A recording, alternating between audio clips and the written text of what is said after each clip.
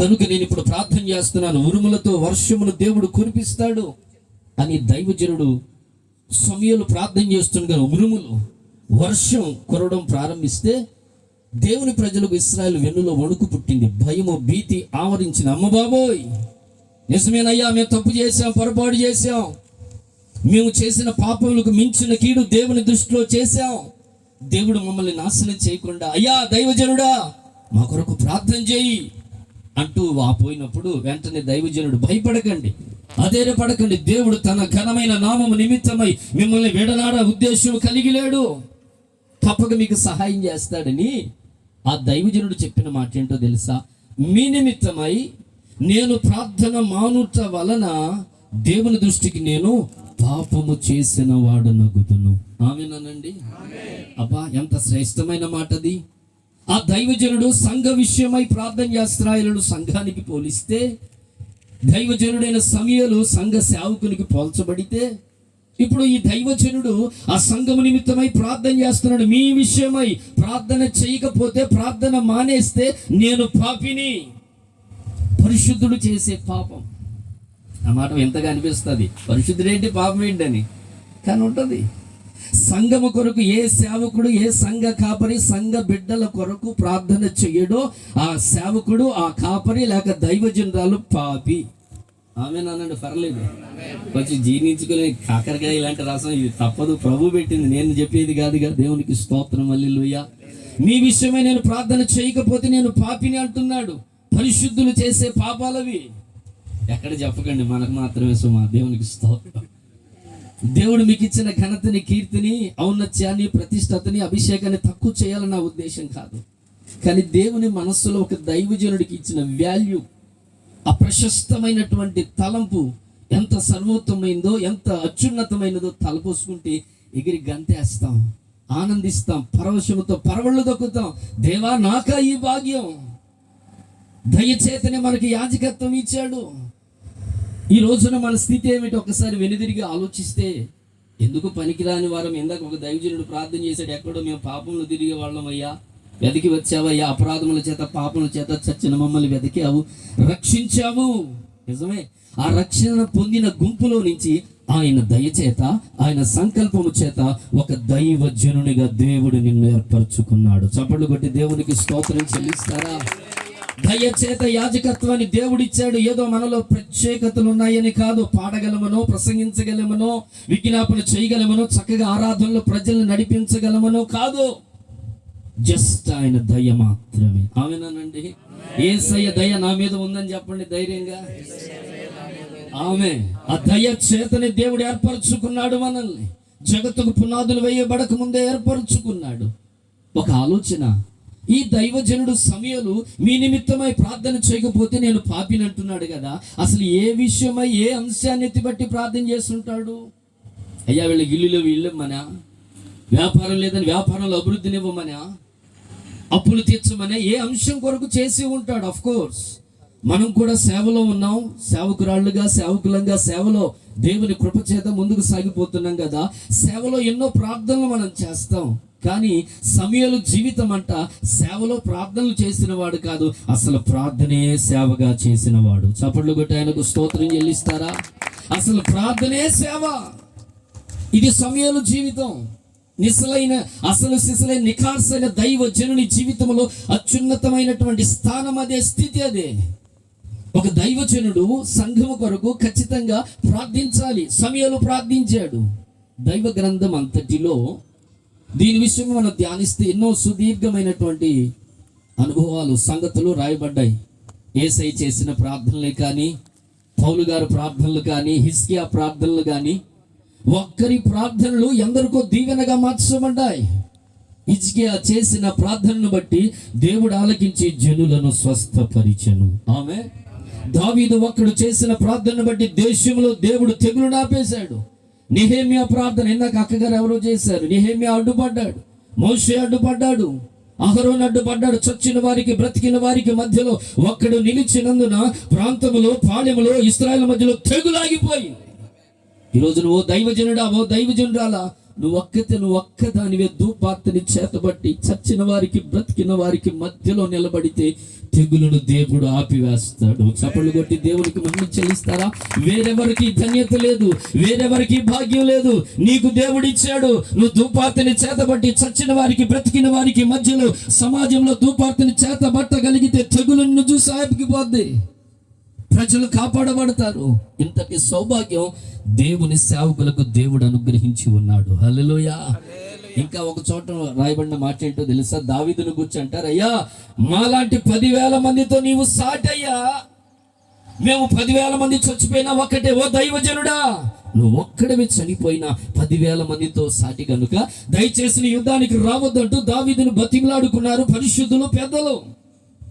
దైవజనుడికి దేవుడిచ్చినటువంటి భాగ్యం అంత సర్వోత్తమమైనది. అందుకే ఆయనకు మహిమ కలుగును గాక. ఈ రోజున దేవుని సేవ చేయడానికి తనకు తానుగా ఎవడో ఈ ఘనతను వహించుకొనడు గాని అహరోను పిలవబడినట్లుగా దేవుని పిలుపు చేతనే మనం ఈ భాగ్యంలోకి వచ్చి ఉన్నాము. ఆయనకు మహిమ కలుగును గాక. నీవు దేవుని మనస్సులో ఉన్న ఒక రాజకీయ నాయకుని మనస్సులో కాదు, సృష్టికర్త అయిన మహోన్నతుడైనటువంటి పరలోకపు దేవుని ప్రతినిధిగా దేవుడి భూమి మీద నిన్ను నన్ను నియమించి ఉన్నాడు. ఆయనకు మహిమ కలుగును గాక. హల్లెలూయా. నువ్వు ఒక్కడి ప్రార్థన దేవుడు సృష్టిని కదిలిస్తాడు. యెహోషువ ప్రార్థన సూర్యచంద్రులను ఆపివేయలేదా? మోషే ప్రార్థన బట్టి దేవుడు ప్రజలకు విడుదల క్షేమం ఇవ్వలేదా? ఇలా చెప్పుకుంటూ పోతే ఆదికాండం నుంచి ప్రకటన గ్రంథం వరకు తోటమాలి మధ్యలో అడ్డుపడ్డాడు. యేసు 1 సంవత్సరం ఉండనిమ్మయ్యా, ఓకే, ఇంకొక గ్రేస్ పీరియడ్ 1 year మరలా పొడిగించబడ్డానికి కారణం తోటమాలి అడ్డుపడ్డాడు. ఇలా చెప్పుకుంటూ పోతే ఒక దైవ సేవకుల ప్రార్థనను బట్టి సంఘము ఎంతో ఆశీర్వదించబడింది. ఆమేనండి. హల్లెలూయా.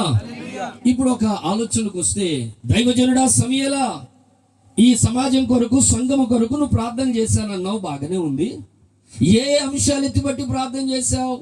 ఈ పూట మనం పరిశుద్ధాత్మ దేవుని సహాయంతో ధ్యానం చేయగలిగితే ఒక నిజ దైవజనుడు తనకు అనుగ్రహింపబడిన అప్పగింపబడిన సంఘం అనేది ఏదో మనంతటా మనము సంపాదించుకున్నది కాదు. ఆమేనండి. అపోస్తల కార్యగ్రంథం మేబీ 20-28 అనుకోండి, దేవుడు తన స్వరక్తం ఇచ్చి సంపాదించిన సంఘము మీద అధ్యక్షులుగా పరిశుద్ధాత్మ దేవుడు మనల్ని ఉంచాడు. స్వరక్తం పెట్టి సంపాదించిన సంఘమును దేవుడు మన చేతిలో పెట్టాడు. హల్లెలూయా.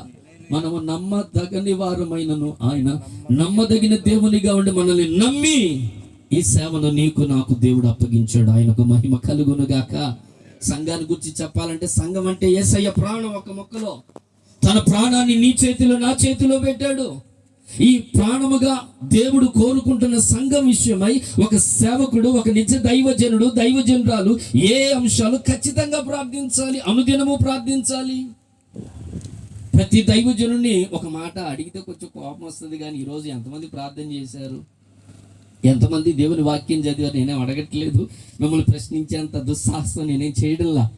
కానీ దేవుని ఆత్మ చేత ఒకసారి ఆత్మ పరిశీలన కొరకు మాత్రమే సుమా, ఎంతమంది ఉదయకాలం మొదట దేవుని సన్నిధి తమ స్వరాన్ని సిద్ధపరిచి వినిపించారు?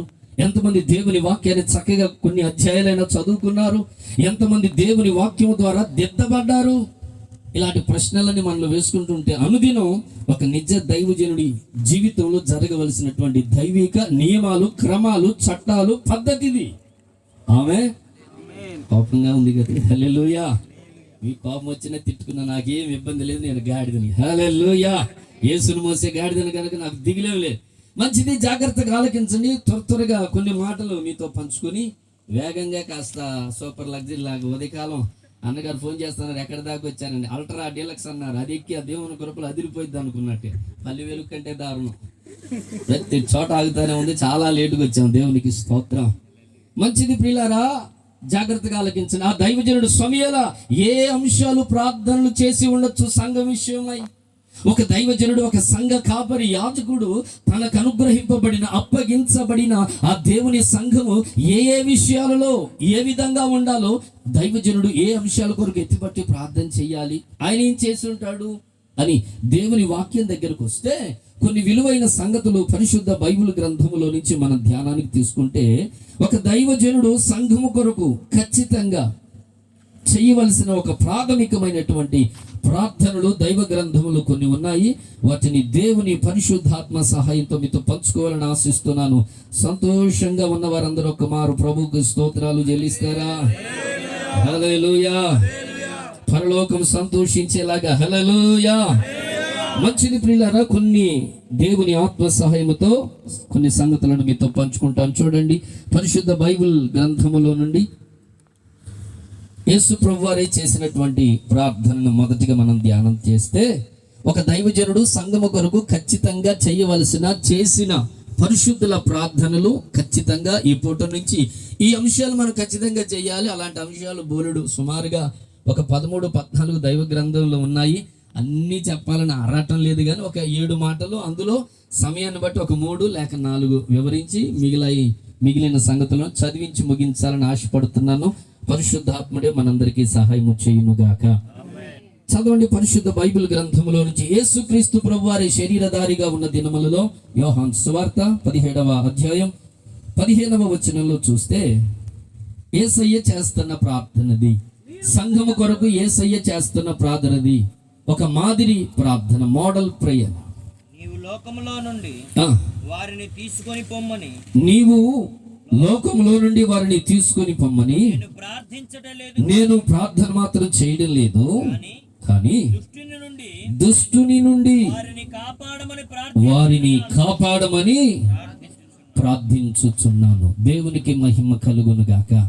ఇది యేసుక్రీస్తు ప్రభువారే శరీరధారిగా ఉన్న దినములలో ఆల్రెడీ దైవజనులు గనక ఈ ఉదంతో అనేక మార్లు ఆయా చోట్ల ప్రసంగించి ఉంటారు గనక టూకీగా జ్ఞాపకం చేస్తున్నాను. యేసుక్రీస్తు ప్రభువారే తండ్రికి ప్రార్థన చేస్తూ, అయ్యా, నీవు నాకు అప్పగింపబడిన ఈ ప్రజలు, ఈ సంఘము, ఈ జనులను తండ్రి, నీవు నేను ఎలాగా ఒక్కటిగా ఐక్యమై ఉన్నావో అని మాట్లాడుతూ, ఇదిగో ఈ ప్రజల కొరకు ప్రార్థన చేస్తున్నాను.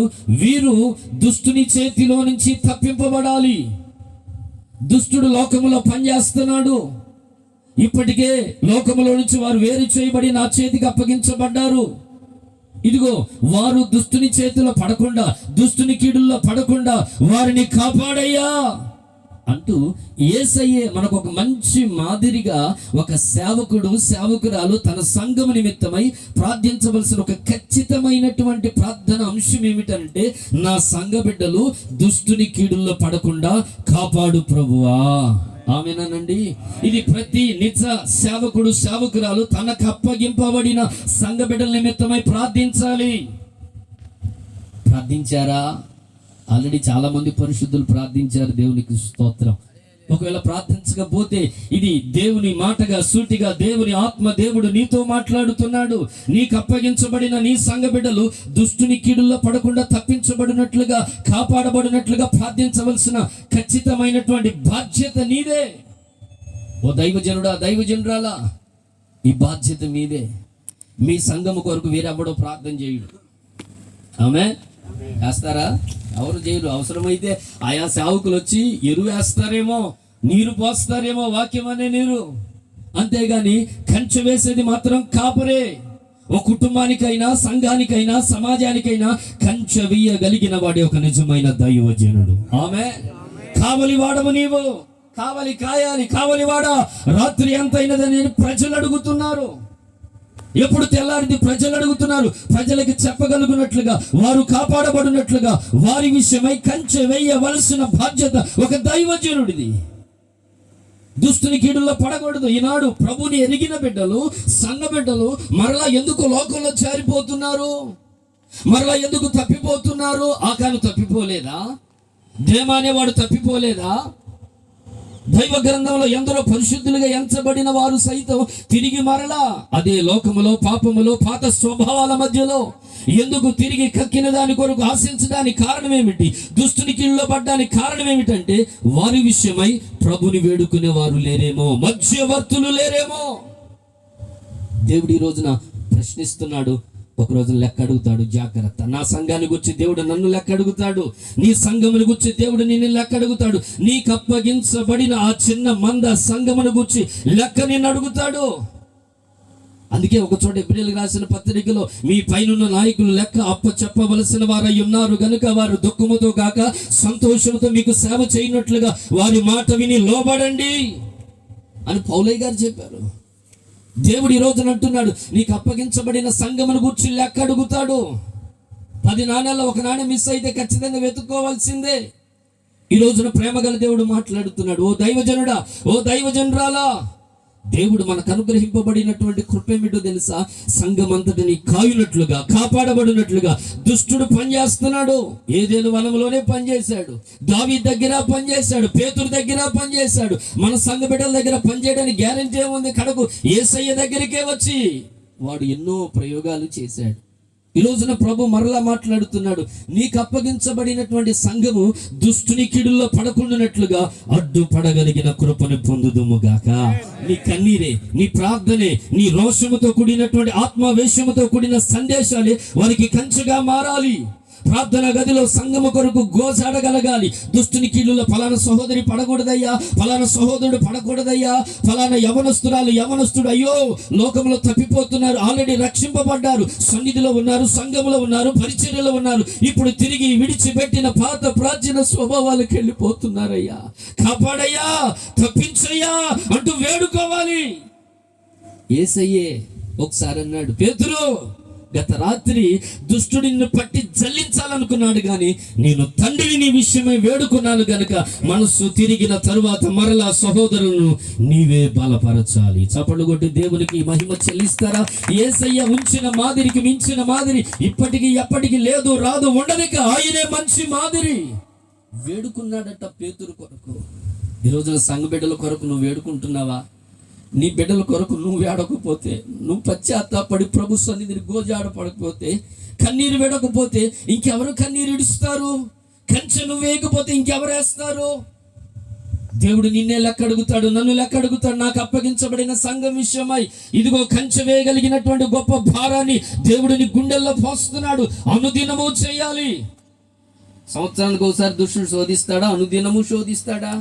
బైబిల్లో రాయబడింది, గలతీయులకు రాసిన పత్రికలో, ఆత్మకి శరీరానికి బద్ధ శత్రువు విరోధం. అమ్మ ఫోన్ స్విచ్ ఆఫ్, ఇబ్బందిగా ఉంటే నాకు ఇచ్చేయి. దేవుని సన్నిధిగా గౌరవించడం మనకు ఆశీర్వాదకరం. హల్లెలూయా. ఏమనుకోబాకు, తప్పదు, అది దేవునికి స్తోత్రం. నిజమైన స్నేహితుడు మేలు కోరి గాయం చేస్తాడు, అంతే అనుకో చెల్లెమ్మ. May God bless. జాగ్రత్తగా వినండి. దుష్టుని కీడులో మన సంఘ బిడ్డలు పడకుండానట్లుగా సంఘ కాపరే కంచె వేయాలి. దావీదుని చూడండి, ఒక్క గొర్రె పిల్లని శత్రువు పట్టుకోగలిగాడా? చంపగలిగాడా? సింహం వచ్చి పట్టుకొని చీల్చిపడేశాడు, అంతే. హల్లెలూయా. ప్రార్థనలో ప్రతి ఒక్క విశ్వాసి పేర్లను మనం ఎత్తిపట్టి ప్రార్థించాలి. ఆమె. ఇప్పుడు నిన్ను అడుగుతున్నాను, సంఘ బిడ్డలందరి పేర్లు తెలుసా? తెలిసిన వాళ్ళు మే గాడ్ బ్లెస్ యు గారు. దేవునికి మహిమ కలుగును గాక. చాలా మందికి సంఘ బిడ్డల పేర్లు తెలియదు, వాళ్ళ స్థితిగతులు తెలియదు, వాళ్ళ స్టేటస్ ఏంటో తెలియదు, ఆత్మీయంగా వాళ్ళు ఏ స్థాయిలో ఉన్నారో తెలియదు. ఇక ఇచ్చే అర్పణలు మాత్రం రాని. దేవునికి స్తోత్రం. ఏమో ఇద్దరంట కూతుళ్ళు. విమర్శించట్లేదు, అక్కగారు చెప్పారు, నేనే వాళ్ళే సోమా. గమనించండి, విమర్శించాలని కాదు, కానీ ఒక అద్భుతమైనటువంటి సత్ ప్రవర్తన కలిగిన వారుగా దేవుని ఎదుట మనము కనబడాలని కోరుకుంటున్నాడు దేవుడు. దుష్టుని కీడులో పడకుండా కంచె వేయగలిగినది నీవే. ఆమేనండి ఒకసారి. నేను కంచె వేయగలిగిన దానను, కంచె వేయగలిగిన వాడను అనండి చూద్దాం. మీకు డౌట్ వస్తే ఎట్లా? దేవునికి స్తోత్రం. తోమా గారు మన దేశానికి వచ్చారన్న అంత డౌట్ ఉంటే ఎట్లా మరి? ప్రార్థనలో కంచె వేయాలి. అలాగే కంచె వేయగలిగిన వారంగా మారాలి. దావీదు సింహం వస్తే గొర్రెపిల్లని చీల్చి చండాడకుండానట్లుగా సింహాన్ని చీల్చిపడేశాడు, ఎలుగు వంటిని చీల్చిపడేశాడు, తన గొర్రెని కాపాడుకున్నాడు. ఒకసారి వెనుదిరిగి ఆలోచిస్తే గుండెలు పగిలిపోయే సంగతి ఏంటో తెలుసా? నీ చేతిలో నా చేతిలో కొన్ని ఆత్మలు దుష్టుడు పట్టుకెళ్ళిపోయాడు, తిరిగి లోకంలో కనబడుతున్నారు, మరలా మందు దగ్గర పడుతున్నారు. దేవుళ్ళు లెక్క అడిగితే రక్తం పెట్టుకున్నారా? నిలువున నలిగిపోయి ఆత్మ రక్షించి ఎందుకు కంచేలా?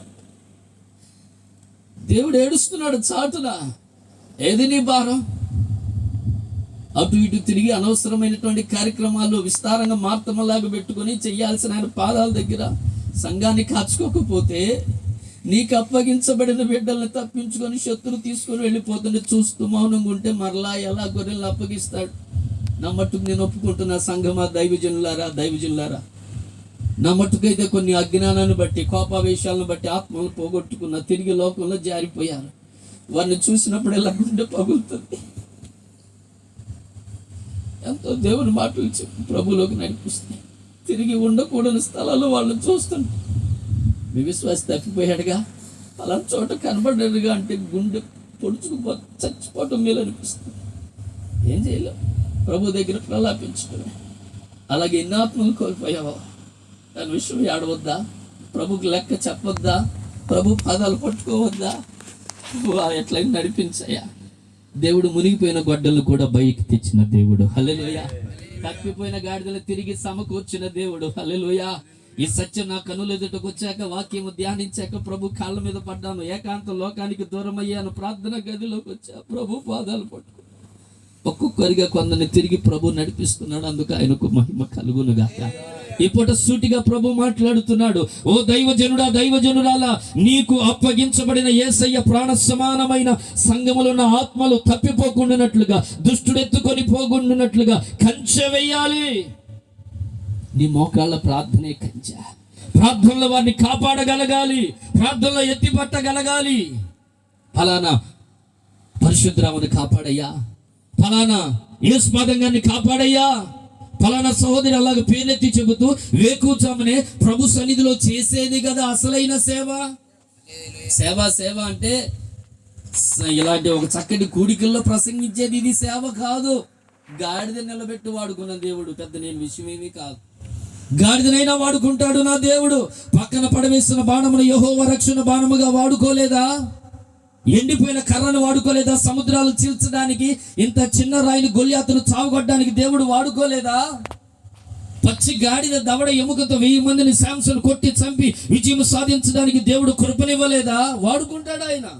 కానీ ఒక నిజ దైవజనుడు ప్రార్థనా గదిలో తనకు అనుగ్రహింపబడిన సంఘము కొరకు, సమాజము కొరకు ఏడ్చి ప్రలాపించేదే అసలైన నిజమైన దేవుని సేవ. అందుకు ఆయనకు మహిమ కలుగునుగాక. ఇది చేయగలిగితే సమర్థవంతుడు అయిన సేవకుడు నీవే. ఒక బలమైన సక్సెస్ఫుల్ విజయవంతమైన దైవజనుడు ఎవరో తెలుసా? తన ప్రార్థనా గదిలో దేవునికి అందుబాటులో ఉండేవాడే నిజమైన దైవజనుడు. చాలా మంది యేసయ్యను వాడుకున్న సేవకులు ఎంతో మంది యేసునామములో టచ్ అనేవాళ్ళు బోరెడు మంది. అఫ్ కోర్స్ స్వస్థత వ్యతిరేకిని కాదు, దేవుని కృప. ఈ బలహీనుడు చేతులు ఉంచగా దయ్యాలు పట్టిన వాళ్ళు, రోగాలతో ఉన్నోళ్ళు, ఎంతో స్వరాలు వినబడతాయి. దేవునికి స్తోత్రం. హల్లెలూయా. దేవుని కృపలో చేతులుంచి ఎన్నో స్వస్థతలు జరిగి అద్భుతాలు జరిగి ఆయనకే మహిమ.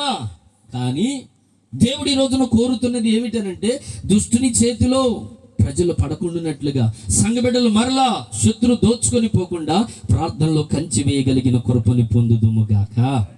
సమయం లేదు కనుక త్వరగా కొన్ని మాటలు మీ ఎదుటికి తేవాలని ఆశపడుతుంది. ఇప్పటికే సమయం మించిపోతుంది కనుక ప్రియులారా, మొట్టమొదటిగా ఒక దైవజనుడు దేని కొరకు ప్రార్థన చేయాలి? సంఘములో ఉన్న ఆత్మలు దుష్టుని చేతిలో పడకుండా కాపాడయ్యా అని వేడుకునే ఒక కృపని పొందుకొందుముగాక. సెల్ ఫోన్ సైలెంట్లో పెట్టుకోవడం రాకపోతే నాకు ఇవ్వచ్చు, నా 2 జేబులు ఖాళీయే. తర్వాత మరలా తిరిగి ఇవ్వబడవు. స్తోత్రం, హల్లెలూయా. ఆ నిబంధన మేరకు మాత్రమే. కొంచెం కంట్రోల్లో పెట్టుకోండి. నీ సెల్ ఫోన్ నీ మాట అనకపోతే ఇంకెట్ట మరి? దేవునికి స్తోత్రం. సమయం లేదు కనుక మొదటిగా దుష్టుని కీడులో నుంచి ఆత్మలు కాపాడబడినట్లుగా దైవజనుడే ప్రార్థనలో కంచి వేయాలి. చాలా మంది యేసయ్యను వాడుకుంటున్నారు, కానీ ప్రభు వాక్యం ఏమంటుంది? యేసయ్య వాడుకునే సేవకులంగా మనం మలచబడదుము గాక. నువ్వు యేసయ్యను వాడుకోవడం కాదు, యేసయ్య నిన్ను వాడుకోవాలి. ఆయన కుడి చేతులలాగా పైకెత్తితే ధ్రువ తారగా దేవుడు ప్రపంచానికి నిన్ను పరిచయం చేస్తాడు. ఆయన చేతిలోకి రా, సమర్పించుకో, డెడికేట్ చేసుకో. మార్తమ్మలాగా విస్తార పరిచర్య వద్దు. మరియమ్మ మినిస్ట్రీ చాలా శ్రేష్టమైనది. ఆమె ఇది చాలా కష్టమే. మరియమ్మ మినిస్ట్రీ అంటే అందరికీ ఏముంది, ఊరగానే కూర్చొని ఉత్తమరాలు అయిపోయింది. హల్లెలూయా. ఆయన సన్నిధిలో కూర్చుంటే ఉత్తములే గనుక సమయం లేదు. రెండవదిగా దేవుని ఆత్మ సహాయంతో అదే యోహాను సువార్తలో 17వ అధ్యాయం 21వ వచనంలో చూడండి. తండ్రి నా యందు నీవును, తండ్రి నా యందు నీవును, నీ యందు నేనును ఉన్నలాగున వారును మన యందు ఏకమై ఉండవలనని వారి కొరకు మాత్రము నేను ప్రార్థించుటలేదు. వారి వాక్యము వలన నా యందు విశ్వాసముంచు వారందరూ. దేవునికి మహిమ కలుగునుగాక. దాని సారం ఏంటంటే ఒక దైవజనుడు సంఘము కొరకు ఖచ్చితంగా తప్పనిసరిగా విద్యుక్త ధర్మంగా చేయవలసినటువంటి ప్రార్థన అంశాల్లో మొట్టమొదటిగా యేసయ్యే చేశారు అనుగ్రహింపబడిన సంఘము కొరకు, పేతురు కొరకు వేడుకున్నట్లుగా మనము కూడా సంఘ బిడ్డల కొరకు దుష్టుని కీడుల్లో పడకుండా కంచె వేయాలి ప్రార్థనలో. మొదటిగా ప్రభు మాట్లాడారు. రెండవదిగా యేసయ్యే చేస్తున్నారు తండ్రికి ప్రార్థన. ఏమంటే, తండ్రి నీవు నేను ఐక్యమై ఉన్నాం, ఒక్కటిగా ఉన్నాం. ఎలాగ మనమిద్దరం ఒక్కటై ఉన్నామో వారు కూడా ఐక్యమగులాగున కృప చూపండి. ఆమేన్. యేసయ్య చేస్తున్నాడు, అయ్యా తండ్రి నీవు నేను ఐక్యమై ఉన్నట్లు ఈ సంఘము కూడా ఐక్యమవ్వాలి, ఒక్కటవ్వాలి, ఒక్కటిగా మమేకమై ఏకమై సమాజానికి, ప్రపంచానికి ఒక్కటిగా సంఘము కనబడాలి అని ఐక్యతను ఉద్దేశించి యేసయ్య తండ్రికి ప్రార్థన చేశాడు. ఈ రోజున ప్రతి దైవజనుడు, దైవజనురాలు కూడా ఈ అంశాన్ని ఖచ్చితంగా సంఘములో, వ్యక్తిగతంగా, కుటుంబంలో, సమాజంలో గాని ఇలాంటి ప్రార్థన మనం చేయబద్దులమై ఉన్నాము. ఏమని ప్రార్థన చేయాలి? దేవా నువ్వు నాకు అప్పగింపబడిన సంఘము తండ్రి నీవు నేను ఐక్యమై ఉన్నలాగున. అదొక సబ్జెక్టు. తండ్రి మనము ఎలాగ ఐక్యమై ఉండాలో ఒక లోతైన మాట, దేవునికి స్తోత్రం అన్నట్లు పాజులో పెడితే, ఎలాగ మన ఇద్దరం ఐక్యమై ఉన్నామో వారు కూడా ఐక్యం అవ్వాలి అని అంటే, యేసు ప్రభువారు ఎలాగ తెల్లని కట్టుకున్నారో, ఎలాగ గడ్డం పెంచుకున్నారో, ఇంకా ఎలాగ నడుముకు దట్టి కట్టుకున్నారు, అలాగని కాదు దాని అర్థం. మరి ఐక్యత అంటే దేనిలోనంటే స్వభావములో ఐక్యత కలగాలి. ఆమేనండి. ఈ రోజున సంఘమునకు క్రీస్తు స్వభావం ఒకటవ్వాలి. ఆయన వలె చూడాలి, ఆయన వలె మాట్లాడాలి, ఆయన వలె నడవాలి, ఆయన వలె క్షమించాలి. అంత సేమ్ టు సేమ్ యేసులాగా ఆయన స్వరూపంలోనికి, పోలికలోనికి సంఘము రావాలి. అలాగే సంఘం వచ్చినట్లుగా దైవజనుడే మధ్యవర్తిగా పనిచేయాలి. బైబిల్లో రాసిన తిమోతికి రాసిన పత్రికలో దేవునికి నరులకు మధ్యవర్తి క్రీస్తు యేసు అను నరుడు ఒకడే. ఇప్పుడు నేనంటాను, యేసు క్రీస్తుకు సంఘానికి మధ్యవర్తి దైవజనుడా నీవే. ఆమేన్. మనం మధ్యవర్తులంగా పనిచేస్తున్నాం. ఎంత గొప్ప భాగ్యం ఇచ్చాడో తెలుసా? ఆ మాట తలపోసుకుంటే హృదయం పులకిస్తుంది. నాకు ప్రభుని ఆరాధించకుండా ఉండలే. ఏమిటో తెలుసా? సపోజ్ ప్రస్తుతానికి అయ్యగారు యేసయ్య అనుకుందాం, అబ్రం గారు యేసయ్య గారు, యేసయ్య ఈయనేమో సంఘం అనుకుందాం. ఇప్పుడు ఏమనుకోబాకండి, సంఘం మధ్యలో నేనున్నాను దైవజనుడిగా. ఇప్పుడు నేను చేయాల్సిన పని ఏమిటి? యేసయ్య సంఘాన్ని చూస్తున్నాడు, సంఘంలో విశ్వాసం చూస్తున్నాడు. వీడు మరలా ఇక్కడ సూపర్ గల్లీలు అంటాడు, పాస్టర్ గారి దగ్గర చేతులు కట్టుకుంటాడు, వండర్ఫుల్ అంటాడు. అబ్బా ఇట్లాంటి భక్తిపరుడు ఇంకేళ్ళేడయ్యా, ఈడే ఎలీషానా, ఈడే యెహోషువానా, ఈడే తిమోతి అన్నట్లుగా ఉంటది. ఇంటికి వెళ్ళాక దాన్ని ఏమంటారు, రిమోట్ కంట్రోల్ పెట్టుకుని అన్ని ఛానల్స్ ఈడే ప్రబుద్ధుడు. ఇలాంటి పరిస్థితి ఉన్నప్పుడు యేసయ్యకి ఎక్కడలేని కోపం వచ్చాడే అని కోపంతో మండిపడి ఆయన మీదకి వస్తుంటాడు, ఉగ్రుడై. అలాగే కోపంతో ఒక దెబ్బ వేయడానికి వస్తాడు. అప్పుడు నేనేం చేస్తాను? ప్రభా ఉండే, నీకు తెలియదు ఉండయ్యా, ఏమనుకోబాకు, నువ్వు ఆగు, ఎందుకు తొందరపడతావు, ప్లీజ్ అయ్యా అంటూ నేను అడ్డుపడతా. ఆయన చెయ్యనట్టు పట్టుకుని ఆపి, ఏం చేయనప్పుడు ఎందుకు ఇలా చేసావు, అలా చేయకూడదమ్మా, యేసయ్య ప్రేమ గలడు, ప్రేమను ఎందుకు మర్చిపోయావురా, నీ కొరకు ఎంత ప్రాణం పెట్టారా, అట్లా చేయకూడదు అంటే ఈడికి చెప్పాల్సింది ఈడికి చెప్పాలి, యేసయ్యకు చెప్పాల్సింది యేసయ్యకు చెప్పాలి. ఆమె ఇప్పుడు ఇద్దరికి చెప్పాల్సింది చెప్పి ఇద్దరి చేతులు కలిపే పనే దైవజనుడిది. ఆమె పౌలు గారు ఆ మాట అన్నారు. ఏమనో తెలుసా? ఒక్కడే పురుషుడైన క్రీస్తుకు నేను మిమ్ములను ప్రధానము చేశానట. అబ్బా వాట్ ఏ వండర్ఫుల్ ఆపర్చునిటీ. ఎంత గొప్ప సౌభాగ్యాన్ని దైవ సేవకులకు దేవుడిస్తున్నాడు. సంఘమును యేసయ్యకు ప్రధానము చేసే గొప్ప ఘనతని, కీర్తిని, భాగ్యాన్ని ప్రభు ఇస్తున్నాడు. ఓ దైవజనుడా, ఈ భాగ్యాన్ని బట్టి చాలు మన ప్రభుని ఆరాధించడానికి. హల్లెలూయా. ప్రధానము చేసే సౌభాగ్యం మనకిచ్చాడు. అది గొప్ప విలువైనది. మధ్యవర్తిగా ఉండి ఒక్కటిగా సంఘాన్ని తీర్చిదిద్దగలగాలి. ప్రభు పోలికలోనికి, ప్రభు వలె చూడాలి, ప్రభు వలె వినాలి, ప్రభు వలె నడవాలంటూ వీరి కొరకు అహర్నిశలు ప్రయాసపడవలసిన, భారం తీసుకోవలసిన బాధ్యత ఎవరిది? ఎవరి సంఘ కాపరిది, వాళ్ళదే. గనుక ఈ రోజున ప్రభు రెండవదిగా మాట్లాడుతున్నాడు, ఐక్యత విషయమై సంఘము దేవునితో ఐక్యం అవ్వాలి, మనతో కాదు. దేవునితో ఐక్యం అవ్వాలి. మన రాజ్యం కట్టుకోవడం కాదు, దేవుని రాజ్యము కట్టాలి. బాప్తిసమిచ్చు యోహాను అద్భుతంగా ఈయనే లోక పాపను మోసుకొని పోవు దేవుని గొర్రెపిల్ల అనే ప్రత్యక్షత తనకి రాగానే అద్భుతంగా దేవుని నామాన్ని మహిమపరచగా, అప్పటి వరకు తనని వెంబడించుచున్న ఇద్దరు శిష్యులు, ఈయనేనా గొర్రెపిల్ల, ఈయనేనా లోక పాపలను తీసివేసేది అంటూ అవుననగానే వెంటనే ఇతన్ని వెంబడించడం మానేసి యేసయ్యను వెంబడించారు. హల్లెలూయా. ఎక్కడ ఫీల్ అయిపోలేదు. అసలు శిష్యులైన దేవుని కలుసుకుంటే చాలు, అది నాకు ధన్యత, భాగ్యం అనుకున్న శ్రేష్ఠ భక్తుడు యోహాను. అలాంటి కృపయే దేవుడు మనందరికీ దయచేయునుగాక. సమయం లేదు కనుక ఇప్పటికే 2 మాటలు ప్రభువు జ్ఞాపకం చేశారు. సంఘ కాపరి దైవజనురాలు ఏ విషయాలు చేయాలి? దుష్టుని కీళ్ళలో సంఘం పడకుండా కాపాడే బాధ్యత నీదే. నువ్వు ఒక ఫంక్షన్ గా ఉండాలి. సమయలు అలాగున్నాడు, మందసంగా పనిచేశాడు. సమయాలు ఉండిన దినములలో ఫిలిస్తీన్లకు విరోధముగా దేవుని హస్తం పనిచేసిందండి. వావ్, ఎంత నిజమైన దైవజనుడు అండి. ఒక గొప్ప దైవజనుడు చెప్పాడు. దైవజనుడు అనేటువంటి మాటకు అర్థం ఏమిటనంటే, ఈ మాట చెప్పగానే నేను ఏడ్చి ప్రార్థన చేసుకున్నా, దిద్దుకున్నా. ఏంటో తెలుసా? ఒక దైవజనుడు అంటే దేవుని కొరకు మాత్రమే తప్ప మరి దేని కొరకు బ్రతకని వాడే దైవజనుడు. చప్పట్లు కొట్టి దేవునికి స్తోత్రం చెబుతారా? దేవుని కొరకు మాత్రమే కనుక దేని కొరకు బ్రతకని వాడే దైవజనుడు. అలాంటి వాడు నిజంగా ప్రశంసింప అర్హుడై ఉన్నాడు. ఈ రోజున ప్రభు మాట్లాడుతున్నాడు. 3వదిగా లేఖనాల్లో మనం చూస్తే ఇంకా ఒక దైవజనుడు సంఘము కొరకు ఏ అంశాలు ప్రార్థించాలి? ఎఫెసీయులకు రాసిన పత్రిక 3:19. త్వరగా చూడండి ఒక్క మాట. జ్ఞానమునకు మించిన క్రీస్తు ప్రేమను తెలుసుకొనుటకు తగిన శక్తి గలవారు కావాలనని ప్రార్థించుచున్నాను.